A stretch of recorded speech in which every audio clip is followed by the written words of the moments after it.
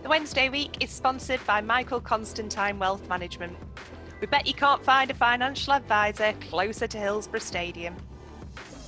Hello, good evening, and welcome to another episode of the Wednesday week. I'm back, and in the vein of the Amazon woke keynote speak, I don't think it was Amazon, was it? It was somebody else. My name's Dan Fudge. I'm 6'3". I've got a large nose, and I'm referred to as him and that. So, good evening. How's it going? Is everybody all right? With me tonight, I've got Simon, Steve, and Ash. Now, I was just looking back at some of our old catalogue and some of our names of the shows and stuff like that. And Ash, there was one that you presented back at the early part of the season called Positive Pants. You've got your positive pants on. And judging by our pre-show routine, I feel that those pants have fallen off. But we've got plenty of that to get through. So I tell you what, lads, listen. Let me put a positive slant on it. And ladies. Unbeaten in 9 games. Fucking Unbeaten hell. in 9 games. Ash, tell me why you're miserable about that. Come on, mate. Bloody hell. I know why. But I'm being all talk sporty. I'm like Adrian Durham. No, I'm not. No, I'm not. The stat, you can't lie with stats, can you?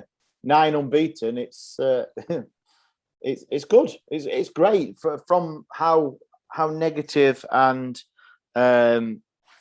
what should we say? Just pissed off we are with a few results we had, and then to go 9. I know some of the draws in that. We dropped 8.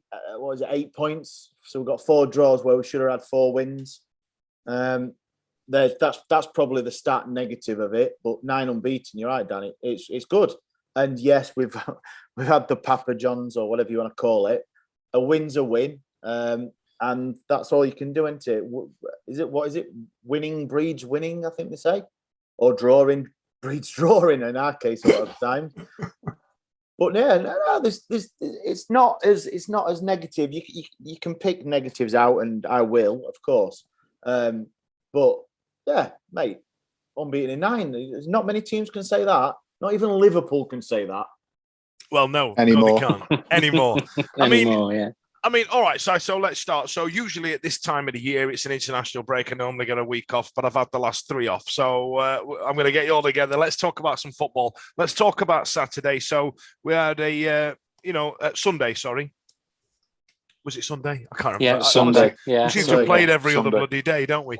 So Sunday morning, live on the BBC, Magic of the ITV. Oh my God! Right. Can we start again? It was Friday on Channel 5, Dan, actually. Friday on Channel 5. Homes under the hammer. Yeah. Those are the stairs. It was ITV and all. So FA Cup on ITV on what I referred to as a Sunday morning. I mean, let's be honest, I didn't get home from work till 7 a.m. So I watched it through bleary eyes, and it weren't a classic, were it, Si? No, it weren't a classic. I actually, my lad was playing footy, so I got to see the last quarter of an hour of the first half, watch second half. Lucky bugger. Yeah, I think I got the better half of the game. Obviously, they'd beaten us away, hadn't they, in the league 3-0, and I think that was the worrying thing because they're free-flowing. Second in the league, top of the league, I think. Second, I think they are. Second, yeah, Plymouth. Nice attacking football. So there was a little bit of a worry there. And we matched them man for man. And I think my opinion was we looked better in the second half, and certainly when we put Gregory on. And looking back at it now, obviously there was that save from Peacock Farrell, which everybody went mad about. But you know what? The wing clearance off the line was the one to go mad about. Jesus wept. Yeah, he kind of biscuit wristed it a bit, didn't he? Yeah, he did. He was going right in. At him, and he's ballooned it in his own net, essentially. It was going in. It was going in from his save, and the ITV. Jesus Christ, shocking, absolutely dreadful punditry. What from Lee Dixon? It can't be. Corbiano was called. I don't know what they proudly pronounced his name, but in the end, it was like I'm going to mute this. Yeah. Probably listened to us a few shows back trying to pronounce them all. But the wing clearance off the line was absolutely superb. We had chance to win it in extra time. Well, and a trip on a Tuesday night to Plymouth. It's not what we need, is it? Yeah, I think the worst thing about the commentary for me are two things, right? Is Clyde Tilsley, I think, is bloody awful. And I don't know if you remember. You remember when he got dropped from like the England games, and he had to release this that video to the camera like he was conservatory. Yeah, Yeah. you know what I mean? Like Marcus Rashford had done something bad in a game and he needed to release 4 paragraphs on Twitter. Do you know what I mean? He was like, listen, it's a really bad thing. But Clyde Tilsley, for me, does me head in. I don't think he did commentate on Sunday, but he's one of them that goes, he's always trying to get the next they think it's all over moment. You know what I mean? That trying too hard. Seminal piece of commentary that everybody wants to be in. He speaks in sound bites and he absolutely winds me up. And he's going, and there is Rashford. Like, you know what I mean? Like he tries to get one. Can he do this? No. Like he's really bloody rubbish. And ITV for years, from being a kid, you know what I mean? We've all said it that I don't know what they do with their microphones. They've managed to sap the absolute life out of the game. You know, those times when that were the players, mate. Yeah. The World Cup final. Do you remember when that used to be on ITV and BBC at the same time, and then you'd flick between the two, and you'd always end up on BBC because one, you didn't want adverts, and two, it was just better. You know. Anyway, so ITV, you know what I mean? The coverage was there. It's great that we're on television, but for me, it's when they get pundits on that trying to pretend like they know how Sheffield Wednesday have been getting on in the season, and they go, "Well, he's a really good lad, this Shadipo. I think he's really." You've got no bloody idea. Get in the bin.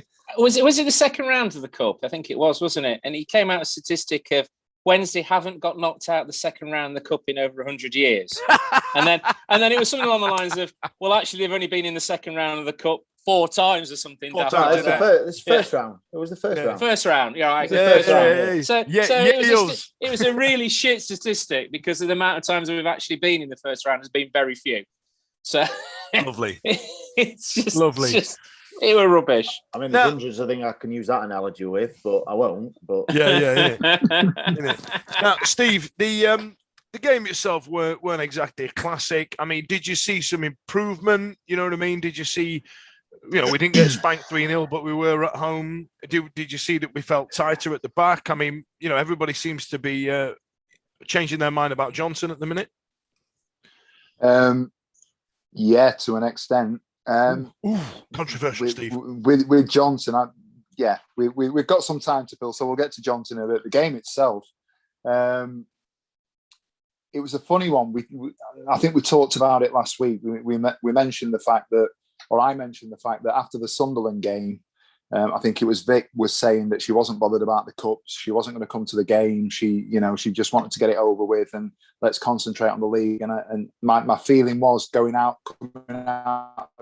last Tuesday and going into Sunday yesterday, as we're recording tonight on Wednesday.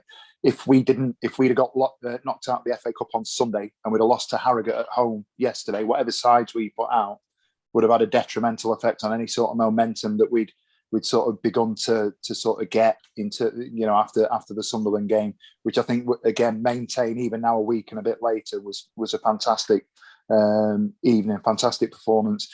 I thought the game itself was quite nondescript. There wasn't anything necessarily overly memorable. I think we handled them a lot better than we did against Plymouth, obviously, at Plymouth, because obviously we didn't concede the goals that we conceded there.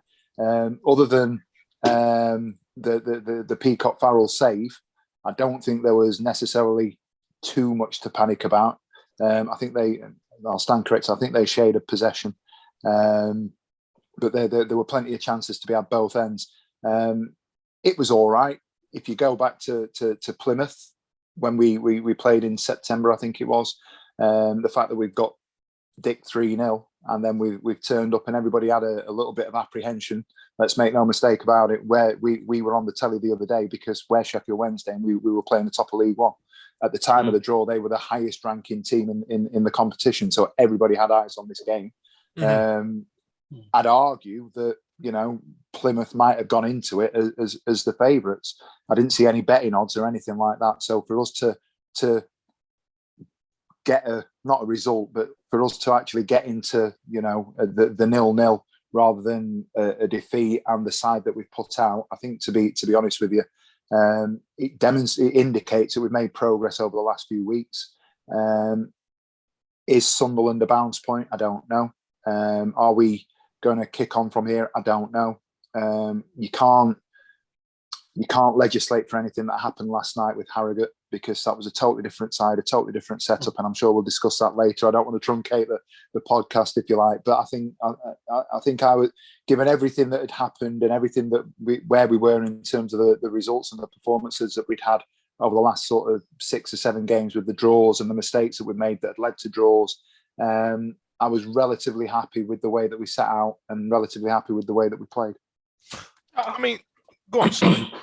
I think what it did show, and what we saw at the Sunderland game as well, which was a difference to the Cheltenham game, was that Johnson, Dunkley, and Palmer are starting to gel together as a back three, and Dunkley is and Johnson are starting to change people's minds about them, and it did show against Plymouth that that they were throwing themselves in front of the ball. And Dunkley is coming out of the last 2 games. Obviously, didn't play yesterday. Changing a lot of fans' minds about how he's playing. Certainly mine.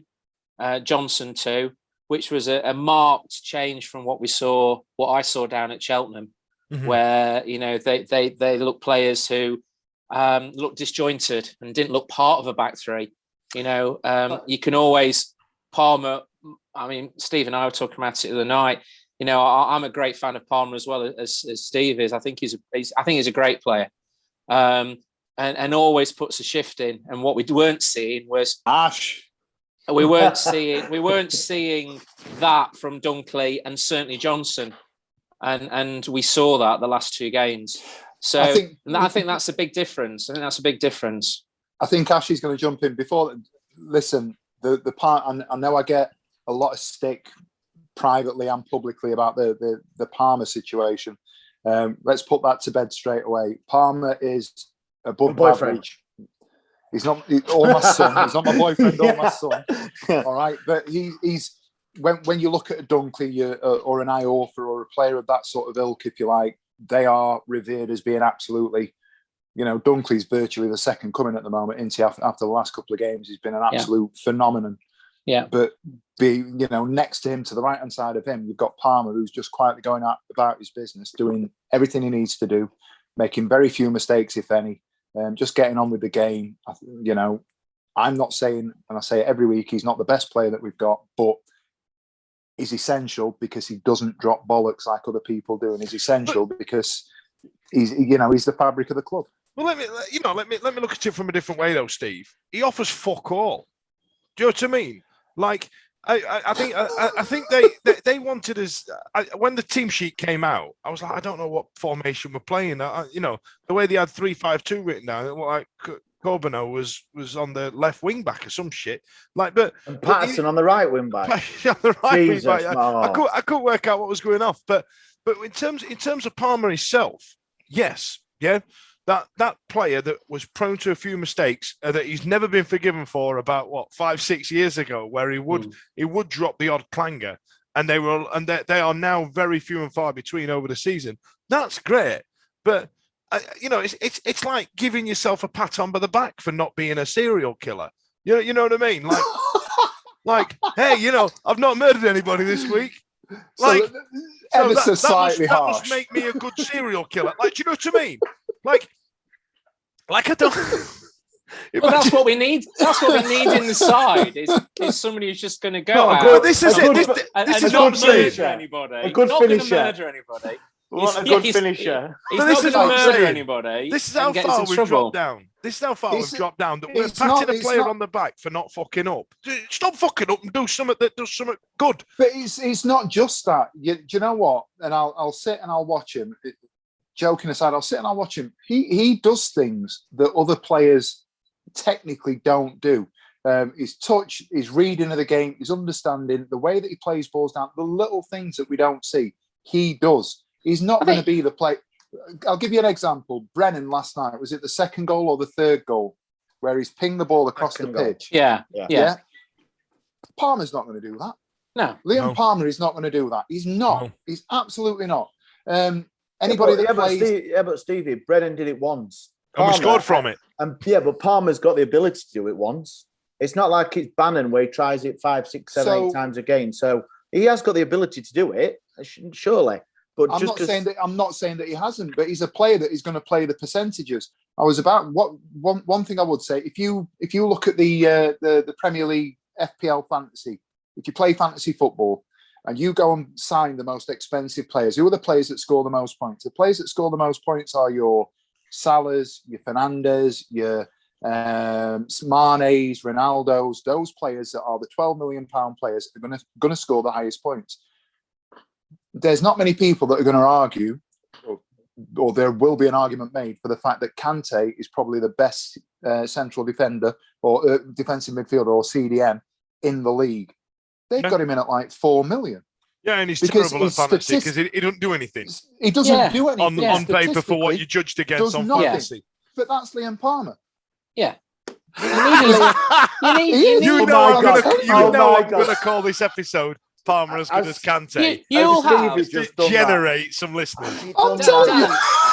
Dan, you'll have somebody at work. You'll have somebody at work who just comes in and they work behind the bar and they just work like a fucking Trojan. They pour pints, they make cocktails, and then you have somebody who thinks he's Tom Cruise, who flips them all around and thinks he's fucking brilliant. Cocktail. He drops half of them more than he actually pours, right? And you've got Mr. Reliable and you've got Mr. Showboat that the girls like watching. But meanwhile, Mr. Reliable's earning you money, right? Yep. And that's Palmer. You put Palmer Hang on. Okay, that's a great analogy. Okay, who's having a better time in terms of the customer? Who are they enjoying watching the most? The customer, the person chucking the beer around and having fun at work and having a great time and dropping some shit, or the guy that's just 25 millilitres of vodka, put that in there, 25 millilitres, and then I'm just going to give it a shake of AR. I'd say £50, please, love.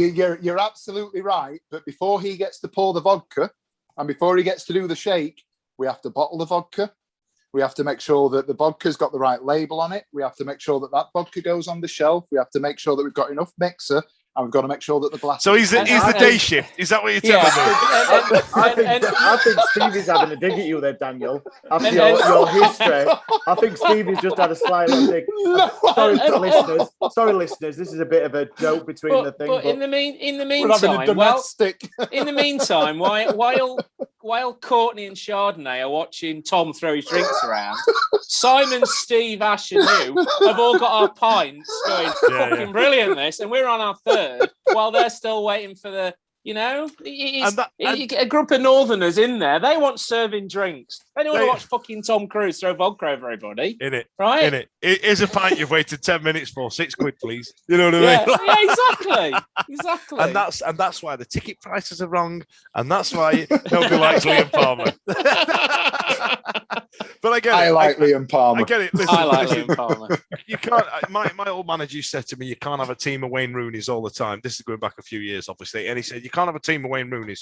You need your Nicky Butts in there. You know what I mean? You need your Dennis Irwins. And you go, I get it. I understand it, that everybody has a different role to play. And yeah, maybe I'm a bit harsh on Liam Palmer. But I feel like if he'd have left 2 or 3 years ago and worked for a really good coach and a really solid club, I think he'd be a great player now. But I don't feel like we as a club have developed him anymore, and we've not nurtured the talent that he could have had. Because bear in mind now, he's in the back end of his 20s. He's 28, 29, and we still look at him like a kid. Like, Jesse Lingard gets away with it now, doesn't he? Yeah. Can I just make one point on that though? Go on. Well, I'll go to in all seriousness, I'll go to the fact that I think Dunkley's been outstanding. Mm-hmm. I think Johnson's been outstanding. Yep. I think Palmer is a better defender than both Dunkley and Johnson. I think technically the things that Palmer does, I wouldn't worry about Liam Palmer getting the ball at his feet at the edge of the area. If we played out from the back, I would back Palmer over Dunkley. 100% every day of the week. Palmer can play, he can turn, he can bring people into the game. I think he'll, going forwards in possession, he's a better player than Dunkley. I think Dunkley's been our best defender for the last 3-4 weeks. I think he's an absolute monster at the moment. And I think he deserves all the credit that he's getting. He does everything that a centre-half should do in League One. He'll win his headers, he'll win his tackles, throw his body on the line. We talked about the Peacock Farrell save. I don't know if anybody's seen the tweet that was doing the rounds, Dunkley's made a massive block before it's broken to the lad who's They done just the sat shot, on his ass. and then just sat there and gone, "I've done my job." And it was absolutely phenomenal. Sat there, he was on a sun lounger, wasn't he? You know, he deserves all the credit in the world, does Dunkley, and it's no criticism of him, but technically, he can't lace Palmer's boots. Okay, I'll take it. We're going to agree to disagree. And I'm sure. No, I tell you what, I don't dislike Liam Palmer as a footballer. Yes, he's blocked me on many a social media because I've been slagging him off on this show for the last 12 seasons. But over the last 4 or 5, I'm looking at Ash's face. That potential mistake. I've not said hardly anything in the last 20 minutes. I'm just listening to all you lot. What, talking about Liam Palmer? Is that it, mate? There's loads of stuff you've said that I'm just here shaking my head out. But Go on, Ash. Go on. Pick on, Ash. Come on. Pull at that thread. No. All right. Come on. It's a family show. It's a family show. All right. So I missed. Just before we get to... No, fuck it. Go on. No, I hold my hands up and said about probably 99% of the fans about Johnson. He has been probably the worst player we've signed over the 14 that we did over the summer. But he's had 2 good games, the last 2 games. And he has good games, don't get me wrong. But there's been other players in the past that have had 2 good games and then got a free transfer to Celtic and sitting their arse doing fuck all. So he's had 2 good games and great, 2 good games. And we need everyone to have good games. But it's still don't fact he's not a defender, he's shit. I can go to work and have 2 good days at work. It don't mean I'm a good manager. Do you want to come make some cocktails for me, mate? Do you want to... So I'm still the jury's out. You can't judge anyone over the 2-3 games. Same with Dunkley. Dunkley you're right. He's still a liability. I'm telling you. He's had 2-3. Well, like I say, last 2 weeks, 4 games. He's played really well. He has still got he's still a liability. He would not be playing if Iorfa and Hutchinson were fit. Can I ask a question? Do you think that we've changed the way that we play over the last few games to accommodate him better? Because me personally, I think Dunkley now sits in the middle of Johnson and Palmer. So we've got a right-sided centre-half, a left-sided centre-half, Dunkley in the middle. We're not seeing Dunkley getting the ball from the goalkeeper anymore. We're not seeing him try and play out and bring people into play. For me personally, I'm a fan of what Dunkley's doing at the minute, but the things that are standing out to me aren't his ball playing ability. It's the fact that he's winning his headers and winning his tackles. Yeah, well, Moore's had to, hasn't he? He's had to change it because of injuries, and basically just because Dunkley would not get in. He's not a first 11 player, is he? Dunkley. Well, have we again, devil's advocate? Have we found by fluke? Have we found a style of football, a formation, and a way of playing that suits Dunkley? And by design, by fault, by fluke again, means that we're actually playing better because we've now got a strong centre half playing centre half. Let me I'm unpick that. not saying I agree or disagree. I'm saying that we fall. We Johnson's there by accident. Dunkley's there by. He definitely got on the wrong bus. He shouldn't have ended up at Hillsborough, should he? But Dunkley's there by Jermaine Dunkley's there by necessity because there's nobody else, and he was the only person that was fit to go and play. And I totally agree with you, Ash. He was the guy that gave the penalty away that effectively cost us a championship, and was he got absolutely hammered. We signed a player at the back end of the start of last season that we thought was going to be an absolute phenomenon at this level, and it didn't happen. Maybe the championship wasn't his level and maybe League One is. I don't know. I haven't got the answers to that. But I just personally think that Dunkley deserves a lot of credit for the games that he's played. And I take your point, form is temporary, class is permanent. And it will take, and I'm not going to say that he's suddenly a great defender, but in a month's time or 6 weeks' time or 8 weeks' time, if he's doing it time in, time out, we can't sit here anymore and go, right, Hutch needs to go in there, or Iorfa needs to go in there. Because Iorfa's not pulling. He's out for weeks. He's not been pulling any trees up, had he?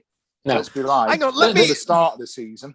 Let me unpick that, Steve. Let me just double check a couple of bits here, right? I need to work this out. So you're saying that Moore's changed his tactics and what he expects out of the defence because what he was doing before, Dunkley was fucking rubbish at it. So he had to change it. Yeah. That's not absolutely. a positive thing. That's just him going, you stop doing that because you're bloody rubbish at it. Do you know what I mean? If Moore has a way of playing at the back, but then he ain't got the right staff. But he's had to do that because of injuries. You rate that. All right, I get it. I get it. He's got to play Dunkley, so he's got to make Dunkley look good, which he has found a system that Dunkley is basically, as Dan has said for the last 10 years, a shit kicker at the back. Yeah. He does his League One defender's job. Gets rid, heads it away, charges balls down, and that he's not doing that shitty passing about. So that's good, but it's 2 weeks. I can't see anyone saying same with Johnson that is. I hold my hand up. Really good, and they've played well where we've needed to, and they needed to because Johnson was getting pelters, weren't he, from everyone? Okay. Simon, go on. Have your say on this, and I'll proffer something. I don't think he's right. So Cheltenham game, went to the Cheltenham game, and some of the trying to play it from the back was absolutely abysmal. Right, it just fucking rubbish, And they got themselves into some really bad scrapes with it, passing it between the two and inviting Cheltenham onto us. Right, and at that point, I thought when we went into the Sunderland game, we're going to get us, arse handed into us on a plate, and it's not just a Dunkley the way we're playing; it's the whole way we play is changed, which has actually then on the back of that actually made Dunkley and Johnson improve their play because we're not forcing them to play it from the back, which isn't their strength. We're being more direct. We're playing the ball forward more, so we're not inviting players to basically close us down, which they can't cope with and which they couldn't cope with, certainly at the games running up to the Cheltenham game. And the Cheltenham game, I think, for me, was the point where I went away and drove home and thought, I've had enough of this style of play and the manager, of which then that was changed after the Sunderland game. But as Ash says, one swallow doesn't make a summer. We've only played two games, haven't we, with this slightly different style of play. And in those slightly different style of play, the whole team has actually improved to a way, but certainly in the back three. Okay, I'm going to deal. I'm going to proffer up a deal here, right? So, if Che Dunkley gets over a 7 in the next 6 games, whichever ones he plays, gets over a 7, I will record. Whose ratings? Yeah, this is it. So who does ratings? Do Alex and Joe do them, or Dom Howson? Don't they do them? It's Dom, I think. Dom does them on the Examiner, doesn't he? And okay. How would that rating go down? If Dom was going to tell us what rating Che Dunkley had got. 7, like that, you know what I mean, right? So that's what we do. So if Che Dunkley gets a 7 in average of 7 over the next 6 games. Right? Yep. No, 7 and over. Average is shit because that means he can do a 5 and a 9. I don't want that. If he doesn't drop below a 7 in the next 6 games, I will record a track with "Up All Night for Che Dunkley," based on the Pharrell and Daft Punk track. We're up all night for good fun. I'll record it and I'll play it out on the end of the episode for that week. We're up all night for Che Dunkley. You know what I mean? I can't say fairer than that, and I can't sing for piss and shit. So that. So you're gonna sing it? I'll sing it. I'll get Lord Ellsworth to do backing tracks. We'll have it. We're up all night for good fun. We're up all night for Che Dunkley. You know what I mean? What about that? Okay, what about that? What? Since we're on the talking of Plymouth, I have to say it was a fair shout from their fans to make the trip up. We've got to get 100%, 100%, 100%. I, having made that trip a few weeks ago and maybe making that trip next week. Not an electric car, hopefully. No, not an electric car this week. No, this time. No. Private jet. Absolutely. 12:15 kickoff, shafted by the ITV. And I think it was sung as well a few times in the match. 12:15, setting off at like 3 o'clock or whatever it was. I mean, they did bring a few hundred, which was an absolute. I've got to say, it was good, and they made some noise. Fair play to them. Fair play. ITV didn't mention that getting up really early. They mentioned it a lot. Oh, did they? A lot. Right. Okay, so welcome to the halfway point of the show. This show is brought to you by Michael Constantine Wealth Management. I spoke to him last week. He's all right. Says hello, lads. Yeah. He looks after me money. so yeah. And we look after his. We look after his. So that's it, isn't it? So we're now going to move on to last night, the affectionately known pizza trophy at Harrogate, very new to league football themselves. We're at home, and Sheffield Wednesday eventual winners at 4-0. Much changed lineup. We gave a debut to, and I want to get this right, Agbontohoma. Sounds right. It looks right. But apologies to the young lads if that's It looks right. If that's wrong. I don't want to do any micro racisms by calling him Azonto or something like that. You know what I mean? I tell you what, that you want his name on your shirt. That's some money to club shop. That. Isn't it? Bart Williams. You're not having Bart Williams, lad. Never allowed Bart Williams. So we also had a run outs for Silasau, Kieran Brennan. Luongo came back. George Byers scored in the middle of the park, and Waldock as well, having a bit of time on the pitch. So a much changed side.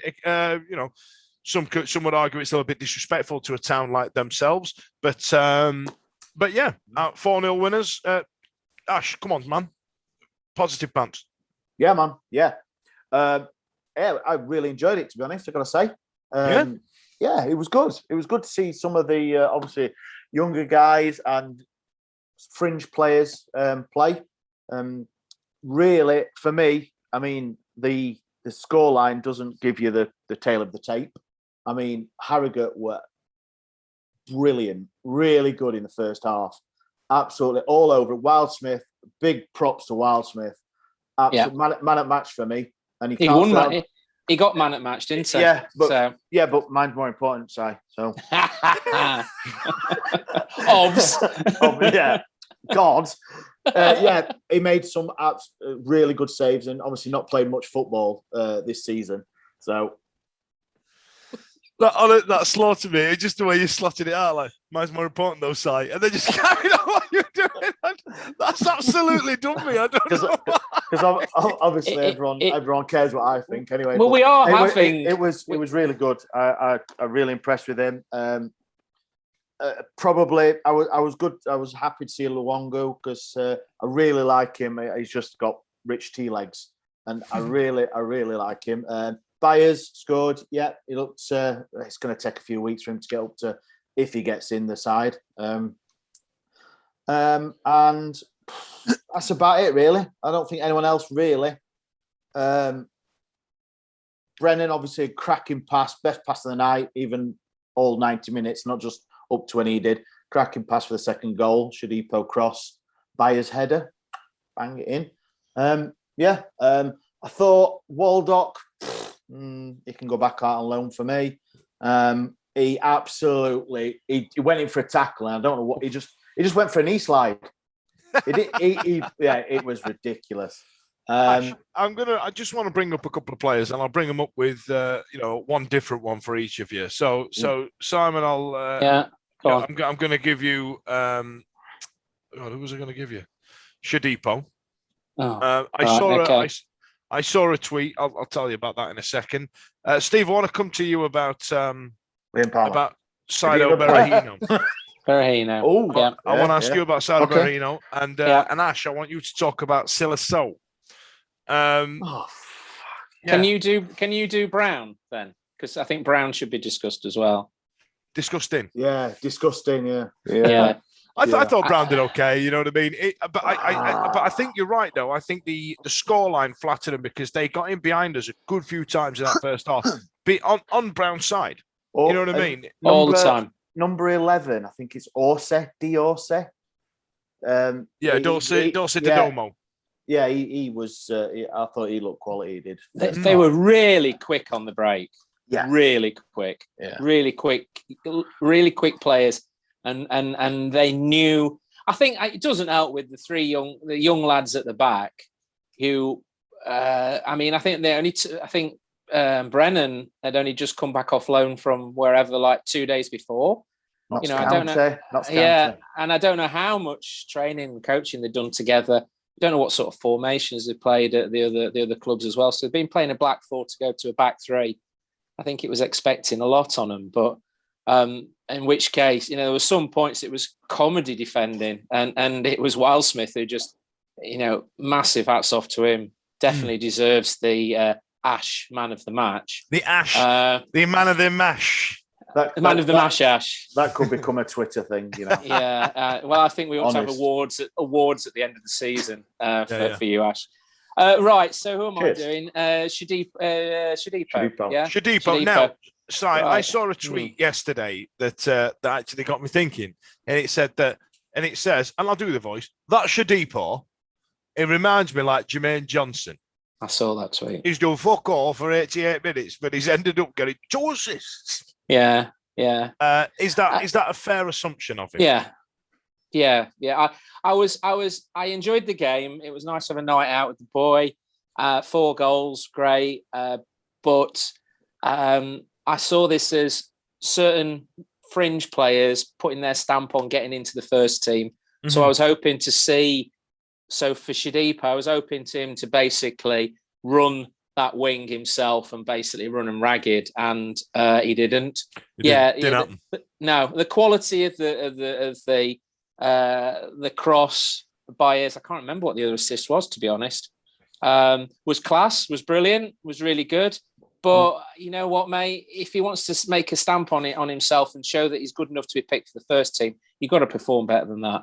Especially against a team like those as well. I mean, no disrespect to them, they are the highest they've ever been in terms of a league club, and they are what some people would perceive as punching above their weight. But they could have got a couple of goals against us yesterday, and you're right, Shadipo should have stepped up, and that didn't happen. Steve, now Saido Berahino played Premier League football, scored at Old Trafford, scored a tap in yesterday, so I won't go as far as saying that he's back between the goals and stuff like that. Does he have the potential to be shit? What do you mean, the potential? I don't think he has any potential. Does he bring anything that Lee Gregory doesn't? Because I'm a big fan of Gregory. I think Lee Gregory has the same, and this is a hell of a quote to make. I think Lee Gregory has the same natural talent in terms of movement as Gary Hooper. Yeah, he's not Gary Hooper in terms of finishing all the rest of it, but in terms of knowing how to use his body and know where to be on a pitch, Lee Gregory's outstanding. Saido Berahino, when he played for West Brom back in the day, used to have all the enthusiasm of a 15-year-old kid playing with the 18-year-olds. And then that seems to have gone. He kind of swags around the pitch. And am I being out of order, Steve? Does he deserve to be leading the line on that second string? I have been an advocate of big striker, little striker it was previously Gregory and or Patterson, forgive me, Gregory or Patterson with Berahino off him. Mm-hmm. And I've been dying to see him get a run. I've been dying to see him, because let's be right, the first touch he had in a Sheffield Wednesday shirt, effectively he scored a goal. And it ran around, and there was an element of excitement. Let's taper it. Let's be realistic. Let's not take the piss here. We've signed a player who 5 years ago, for whatever issues that person had, was being touted as a £25 million player. So you are going to take a punt. You are going to have a look at it. There's a relationship between Moore and Berahino going back to the West Brom days. I've stuck up for him. I've said I've advocated for him. I've said I wanted him to be in the side. I want to do, and I maintain I still want him to do really well. He slipped down the pecking order. He slipped down the pecking order because Canberra took his chance last Tuesday, and he's having chances, or he's getting opportunities, and he's not taking them. And I think some of the way that he plays, it strikes me as being, I'm loath to be critical of any of our players, but he just strikes me as being quite lazy. He's the equivalent of being the player who is the best player at school on the schoolyard, but when it's not going well for him, he takes his bib off and he chucks it in the corner and goes, "It's not fair. I'm not doing it." And he doesn't seem to be accepting responsibility when things aren't going right. And I hope that makes sense. But I think there's a player in there. I think there's still a lot of talent in there. I think he can still do a bit, and he puts himself about a little bit. But there are other players that are bypassing him now, and he's way down the pecking order in terms of the starting 11. I've seen enough that has excited me, and I know we've talked about the 2-game versus a sustained period of time. I think we've stumbled on something. We talked about Dunkley earlier. I actually think we've stumbled on something with a shithousing centre forward and a shithousing centre forward in Camberian and Gregory playing together. I think that's something that I think we need to have a look at now, because it's not niche. It's not the fad. It's not the thing that we do anymore. We don't play 2 big hefty blokes up top. But at the same time, let's be right, Canberra's got a shift in him. Do you know what I mean? He made. Steve, I don't know who wore the 6 for Sunderland last week. But he absolutely tore him a new arsehole. Yeah, he absolutely destroyed him. He was giving him 5-6 yards at a time and putting it about. I think I made the comment and everything was brilliant. He runs his bollock. He's a model. Canberra at the moment is the model for a player that we should all be doing. And I think Gregory has set the benchmark in terms of our attacking play this year. The stats we've talked about are there. He's been absolutely fantastic. Them 2 together, you can see if you watch them on, in the stand, watching them on the pitch, communicating when the ball's gone dead, they are looking to put something together. And I think, unfortunately, to go back to the first player, Berahino's, he's had his chance and he's not taken it. I really want to. Sorry, Dan. I really want to see. Just going back to the point I made, obviously about Johnson and Dunkley about only playing 2 weeks, a couple of games. Same with Canberra. I really want to see more of him. Like you said, is Plymouth. He was outstanding. I really saw a different side to him that we've seen before. He can hold the ball up. He's strong. He tackles. He's deceptively quick, isn't he? He's really quick. And he's a lot quicker than you'd think. And his work rate was great. Superb. When the defender, the pressing, and then when he got past him, he trapped back. He tackled a couple of times, like the midfielder for Plymouth. I can't remember where he did him a couple of times. But I was really impressed. I know we're going back to the previous game, but I want to see more of Canberra, and hopefully that I think you want to see partnerships. So especially up front, you want to see a partnership that they can play a fair few games together. Yep. Get a run of 4 or 5 games. It doesn't matter who we play. Get them playing together. Getting a bit of a mental togetherness so they know where they are. It all comes from playing. I've been told, because I didn't really play. I played Sunday League shit kicker football. But just you know what I mean? Just to get a partnership together. The first thing when the ball goes out of play, and we've got Gillingham sat here, haven't we? The first thing that happens when the ball goes out of play, if they've had a bypass like that, when they've played the last couple of games that I've seen them, Gregory will look at Canberra and say, right, you go there, I'm going there. And there's that communication and that sort of synthesis that seems to be developing. And that can be coached. It's even better when it's authentic and it's natural and they just seem to be able to communicate. And sometimes you can't coach partnerships, if you like. You can't. If that makes sense. People that get on and do well together will do well together. And those sort of typical, the classic Wright and Bright, the classic Sutton and Shearer, or even though they didn't like each other, Sheringham and Cole, Quinn and Phillips, whoever it is, there's just there's a thing about it that it just clicks. And I've seen enough at the moment to see, like Ash has said, with 3, 4, 5 games, is it something that we can foster? That becomes a bit of a partnership that we've not had in a long time. Because we've had better players playing for Sheffield Wednesday. Hooper is a better player than the lads we've got at the moment, with due respect to the players that we've got. But he never really, for me personally, never really had that. It was never a Hooper and another. No. Do you know what I mean?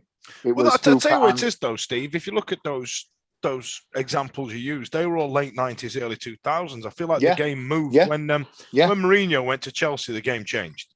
It changed. The formations changed, and now we're all very much in a 4-3-3 or 4-5-1, however you want to say it, and all the rest of it. And we are now getting strikers up front on their own, trying to dig out their own chances, because the game's changed in terms of the Kevin Keegan era of winning every game 5-4 has now changed to stopping the goals going in one end and winning 1-0 on the other on a set scraping a piece win and stuff like that, because that's the German influence and what they've done. For example, they see winning a game on penalties as a legitimate way of winning a game, and he's right. Winning's winning. Yeah. Look at Huddersfield, Wagner's Huddersfield getting promoted without scoring a goal in the playoffs. Yeah. Do you know what I mean? Yeah. So I feel like the game's changed, and I'd love to see partnerships, but but I just don't feel like the formation and the way that the game is played nowadays is there for it. However, having said that, I think that League One is very much a 4-4-2 type of league, and just get them out 4-4-2, bosh, clout, hit, run, smash, header in. But if you know what I mean? If you create a partnership like I think we'll see, I mean, Canberra for me again, go back to the Cheltenham game when he came on, the game turned, even though we drew that. And then obviously he carried on with that similar setup into the Sunderland game. If him and Gregory can form a partnership where it's creating goals, that's what we've got to go with. You can't stop them. Absolutely. If you start scoring goals, you'd be fucking stupid to just basically go, you know what, I'm going to drop him, because that's how we're going to get out of this league, is by scoring more goals than anybody else, isn't it? It's simple. We've got to win more games. Well, yeah. I mean, if you look at Harrogate as a game. And this is what's interesting about what Steve was saying about partnerships. So I think essentially it was something like a 4-2-3-1. So you've got Luongo and Byers, and then you've got Berahino behind. And that role, the kids now call it number 10. Now, when I was a kid, number 10 was the big lad next to the number 9. Next to Michael Owen. But, Lionel Messi's influence now is the number 10, which means in old money, Cam or attacking midfielder, or so which implies that there are some midfield duties to be done. And I don't think Berahino is pulling his weight in terms of those midfield duties, because he thinks he's playing up front with Silasau in a 4-4-2, and he in, because he's gone to Belgium, played shithouse football for the last couple of years. He's still a player that went 913, Christ knows how long, not scoring a goal. And I just don't think he's pulling his. I just don't think he's pulling his weight. And I think he thinks that he's doing us a favour by playing for us at this level, when really we are his level. If not, we're bigger than his level. Would you agree? I agree. I totally agree that you just surmised what I've said, or summarised what I wanted to say in 10 minutes in about 20 seconds. I totally agree with you, Dan. I think he's got the ability. I do. I don't think I've seen enough players that have played at a level and then come out of the game and watch them play. They can still play. You don't lose that, but there's something upstairs that goes. The ability stays. The mentality goes. And I think his mentality at the minute isn't there. And I don't know if he's seeing this as a stepping stone to getting back into, at his age, 28, 29, if we get up, is he then going to be looking at a Middlesbrough, West Brom? Forgive me, I can't even tell you who's at the top of the Championship at the moment, but those teams that are in the top 6, those teams that are up there, is he looking for a shift back up there to finish his career up in the Midlands somewhere? Is he looking at one last blast at a team like a Norwich or you'd want him a to Leeds or whoever it is that's round about the relegation area? I don't know what he's there for, but at the minute he's not here doing what he needs to be doing. No, if he wants to do that, he should put like you say, is perceived at the minute to be, well, you said, Steve, lazy. If he wants to do that, I would love him to bang 25 goals in for us, and get his move to Middlesbrough or whoever next season. Exactly.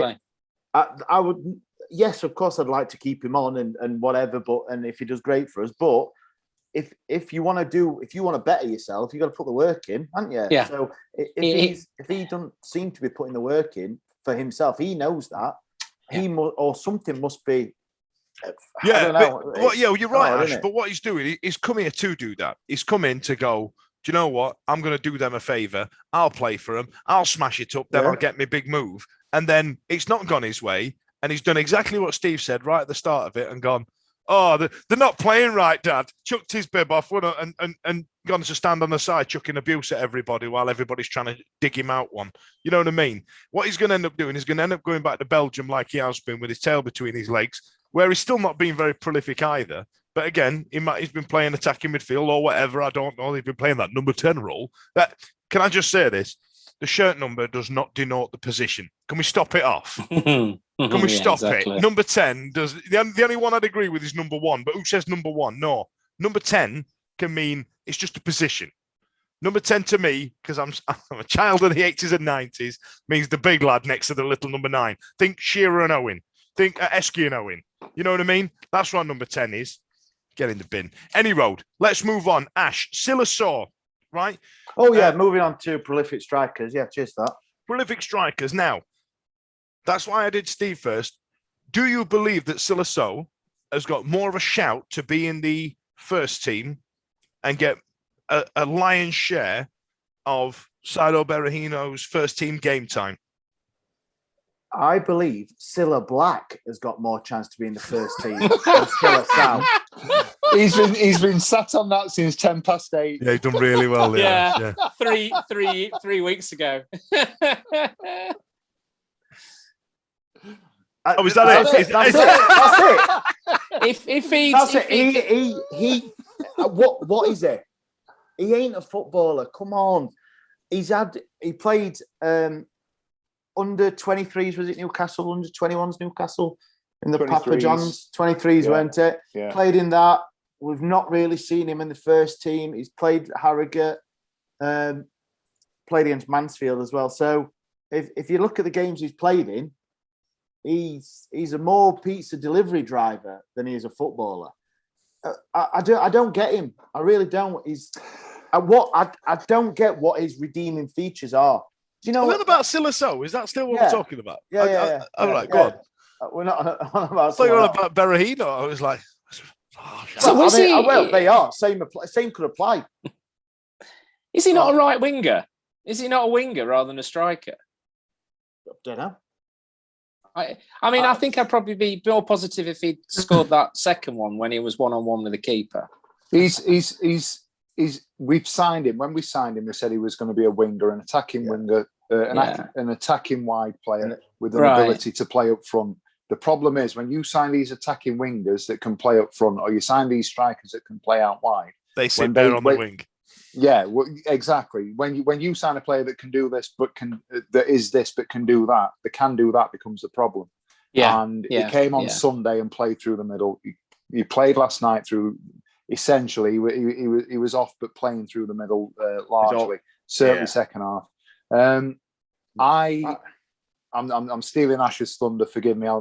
Just to make a point, for me, we've signed 14 players.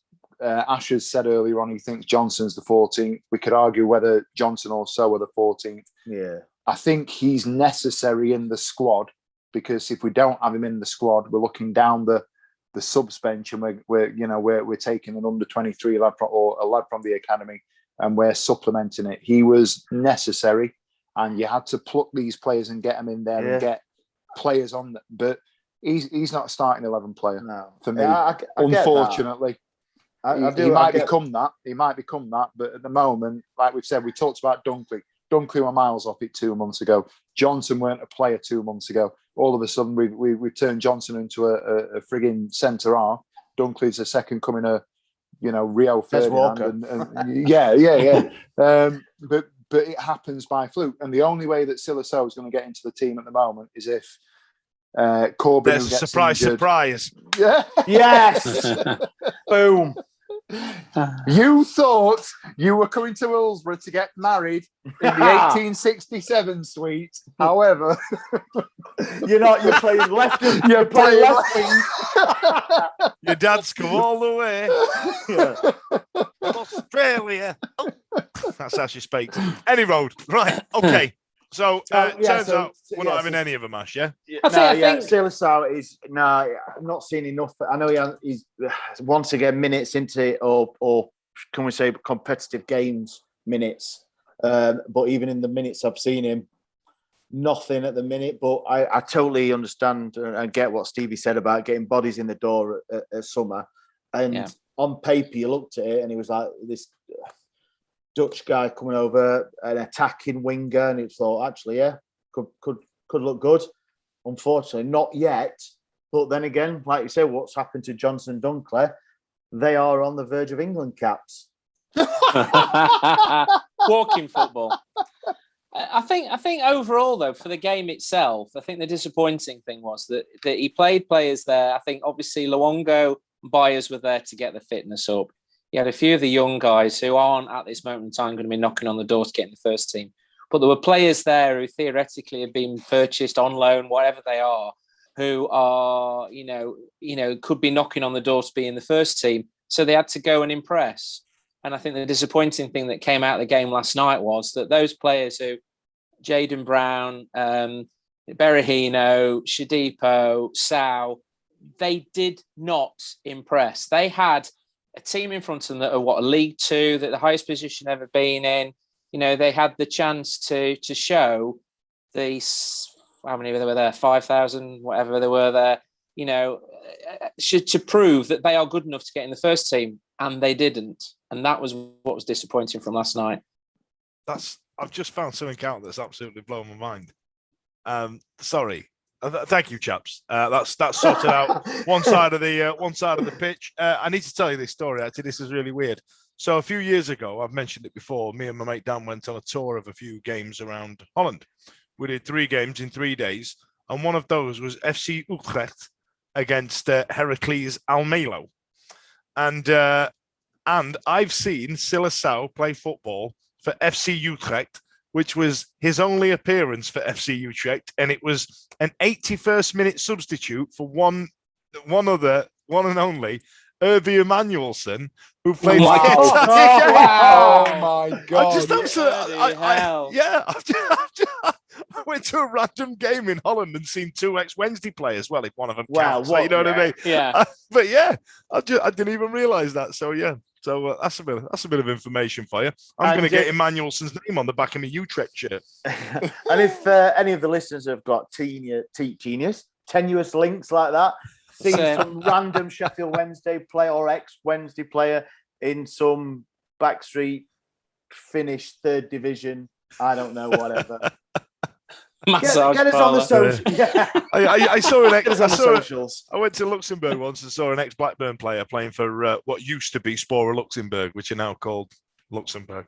So anyway, right, let's move on. Right, we're into the last 5 minutes. Let's talk about the upcoming Gillingham game. We're bigger than Gillingham. Yeah, can't deny it. What about that? Bit of song for you. That was to the I really do hope Shay. Shout out Dunkley. Please have a nightmare. Oh, yeah, no, I shouldn't say that. Right, okay, let's get the predictions in, chap. So, Simon, Gillingham, what are you saying? Fucking hell. Shit. Like, who knows? Who fucking knows? Like, what's that they're going? I don't think we're going to get this Morecambe. We should. You know what we should really do? We should really get some person from I don't know, Gillingham who knows something about it and says, well, actually, we're a really good team and we're going to spank you and we've got X, Y, Z and we're just going to go. Yeah. Well, they're sat 19th in the league. Sat at 19th in the league, a point off relegation zone. Won 3, drawn 7, lost 6. 3-0 Gillingham incoming, isn't it? Yeah. I'm such a negative sod. I'm going, oh God, 1-0 Wednesday. 1-0 Wendy, smash. I'm going to go 3-1 Wednesday. I think we've got the momentum. We've obviously proved we can score more than 2 goals in a game after last night. But still, there's always we're going to go 3-0 up and then we're going to concede and then everyone's going to go, bloody hell, it's happening again. I'm going to put a tenner on Wednesday draw and win again. So lump on 3-3. Yeah, I've done it a few times. We've got a sports psychologist now, though, haven't we? Yeah, it's Clinton Baptiste. I'm getting a word. All right. All right. Which ties nicely into my tweet earlier yesterday. Anyway, that does. Well, what's that? I just tweeted about the Harrogate support and that they brought more than Rotherham. Rotherham. and someone replied, a Rotherham fan replied, I'm getting the word and I'm obsessed. And I was like, That's the wrong catchphrase, mate. You could have picked any catchphrase out of it, and you've just done really badly. Really bad, yeah. Done really badly. Okay, and then so he followed us on Twitter as well. Win's a win, mate. Bless him. Controversial or not. Let's do who's better. Chris Waddle or Jermaine Johnson or something. Like, you know what I mean? Followers just followers. Interaction. Yeah, we've got to do that again. That was brilliant. I keep thinking one every morning and racking my brains. I'll find one eventually. Yeah, I'll go 3-1. I'll go 3-1. Who's better, Ian Nolan or Danny Jones from 2010? In fact, Danny Jones is probably the only player from 2010 that's not featured on the Wednesday Till I Die podcast. Is he the guy busted? Yeah, busted. Danny Jones. That's him. Also, the name of the manure truck in Back to the Future, the first one. All right, so listen to Dan Fudge. I've got two more things I want to tell you. First one, I want to say happy birthday. Get a prediction? Do I not get a prediction? Go on, then. What do you want? You said 3-all. You said 3-all. No, he said 3-all incoming when I said 3-1. I'll back you up, Steve, mate. Yeah. No, because I was going to be really serious, and now the moment's gone. Go on. Be serious. Go on. I think it's game of the season. What? I really do think it's the most important game of the season on Saturday. For whom? Darren Moore, our promotion push, for the fans? What do you think? For us as fans, for Darren as the manager, not so much for the players, because we'll still go back to the whole fucking tombola. Let's draw whatever out. After Sunderland, we've managed to navigate through Harrogate last night, Plymouth on Sunday.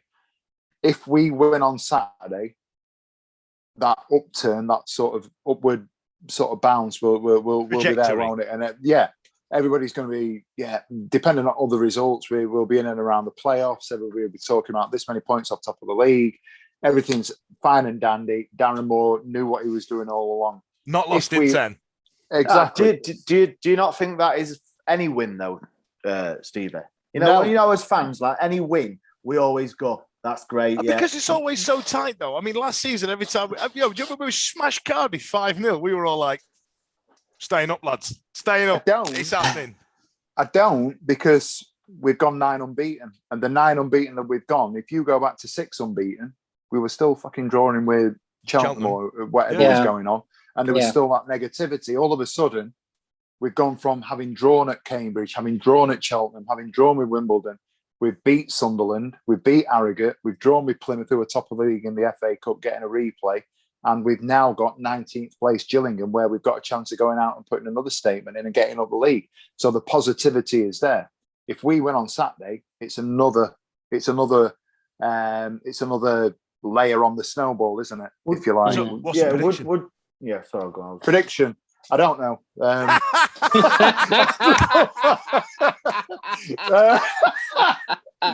We're going to win 3-0. Speak so well, does Stevie? Speak so well. I speak well, but I don't know. Amazing. Bullshit baffles brains. Right, so I need to do two things just before we go. So I just want to say happy birthday to my father. He's a Rotherham United season ticket holder, so fuck him, but also I love you, Dad.